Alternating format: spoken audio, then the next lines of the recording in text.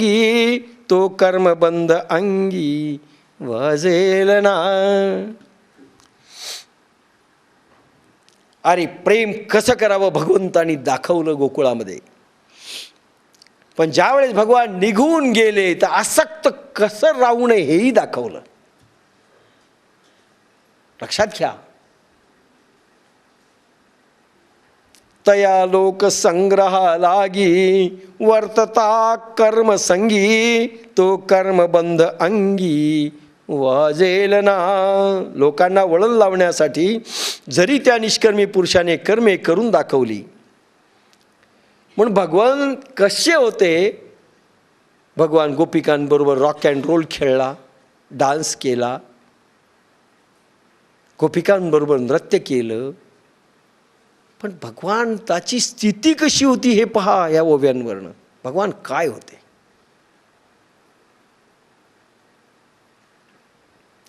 तया लोक संग्रहा लागी वर्तता कर्म संगी. लोकांना वळण लावण्यासाठी जरी त्या निष्कर्मी पुरुषांनी कर्मे करून दाखवली. भगवंत कसे वागले. कामी गोपिका होत्या त्यांच्याकडे कामी पद्धतीने वागले. आणि ज्या निष्कामी गोपिका होत्या त्यांच्याकडे त्या भावयुक्त याच्याने वागले.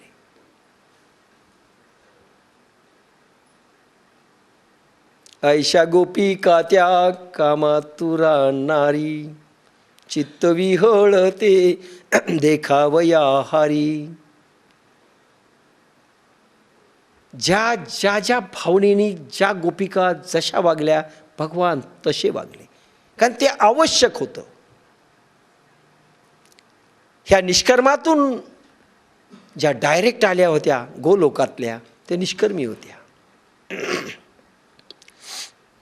आणि ज्या वेद ऋषी पत्नी किंवा ऋषी स्वतः गोपिका होऊन आल्या त्या कामी होत्या. भगवंताशी रासक्रीडा करावी, भगवंताचा स्पर्श घ्यावा, भगवंताला आलिंगन द्यावं, ह्या सगळ्या ज्या इच्छायुक्त अंतःकरणाने आल्या तसं भगवंत वागले.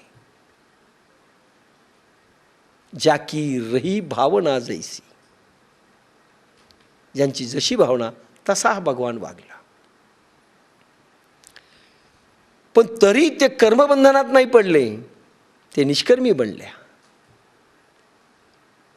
आता नको तो विषय जास्त घ्यायला, जसा येईल तेव्हा सांगू. तया लोक संग्रहा लागी वर्तता कर्म संगी तो कर्मबंध अंगी वाजेल ना. लोकांना वळण लावण्यासाठी जरी त्या निष्कर्मी पुरुषाने कर्मे करून दाखवली तरी त्याला ती निष्कर्म योगाच्या गुरुगम्य पद्धतीप्रमाणे निर्विषय असल्यामुळे त्याला कर्मबंध, कर्मदोष, कर्मपाप, कर्मपाश होणार नाही.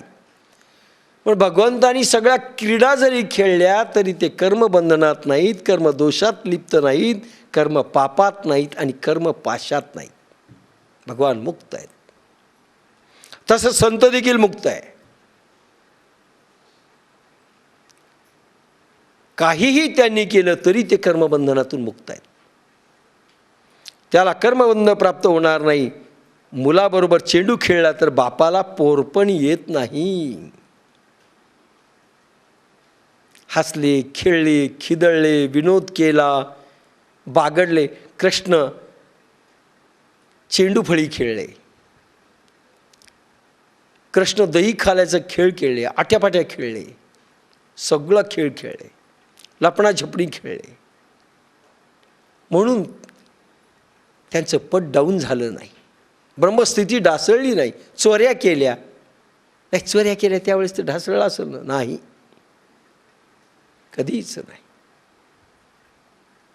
पोर पण येत नाही म्हणून त्यांनी काही केलं तर त्यांना पोरपण येत नाही.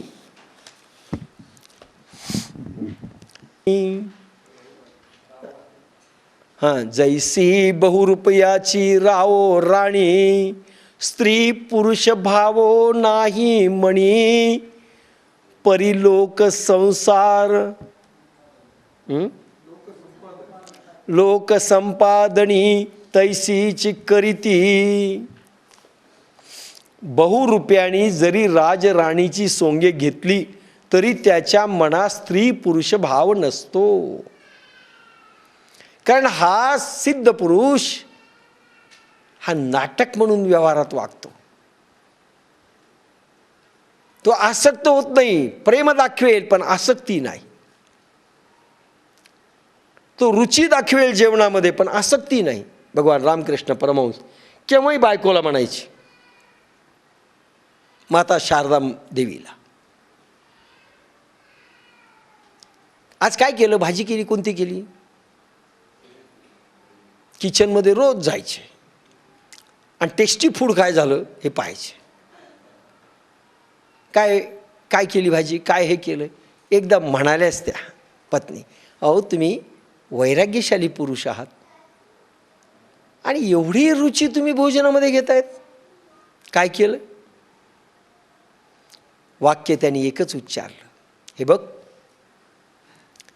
ज्या दिवशी माझी, लक्षात घ्या, ज्या दिवशी माझी जेवणाची रुची संपेल त्या दिवशी मी तुला पुन्हा पृथ्वी तलावर दिसणार नाही. एक क्षण आला, आवडीच्या पदार्थांचं ताट आलं, किचनमध्ये जाऊन कधीच विचारलं नाही, तोंड फिरवलं. शारदामाईच्या पोटामध्ये चरकन असं झालं, बस आता वेळ आली. ताट बाजूला सारलं, पाहिलं देखील नाही. एक लक्षात घ्या, सिद्ध पुरुषाला तुम्हाला पृथ्वी तलावर अटॅच ठेवायचं असेल तर कुठेतरी त्यांना अटॅचमेंट पाहिजे. वैराग्य जर सारखं निर्माण झालं तर ते केव्हा समाधी घेतील याचं नेम नाही.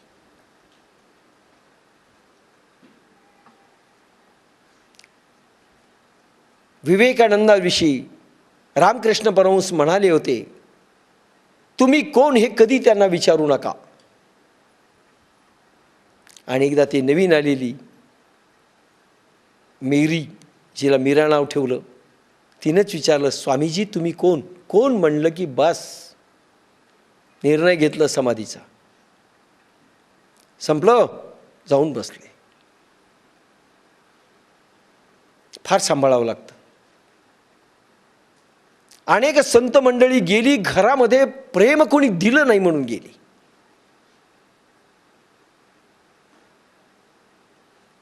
कशामध्ये आसक्ती नाही, कोणी घरात विचारत नाही, हिडीस फिडीस करतात, टाकून बोलतात. कोणासाठी जगावं हो त्या पुरुषांनी आणि का राहावं.